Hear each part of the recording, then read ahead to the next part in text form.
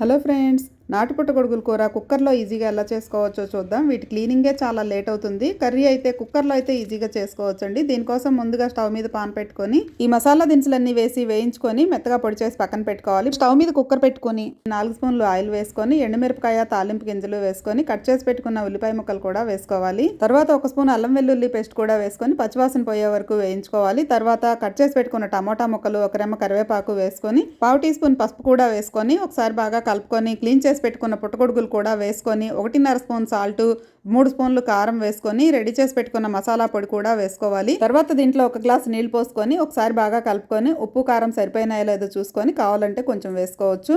ఇప్పుడు కుక్కర్ మూత పెట్టుకొని స్టవ్ మీడియం ఫ్లేమ్లో పెట్టి 4 విజిల్స్ రానిస్తే సరిపోతుంది. అంతేనండి, టేస్టీగా కుక్కర్లో నాటు పుట్టగొడుగుల కూర రెడీ అయిపోయింది.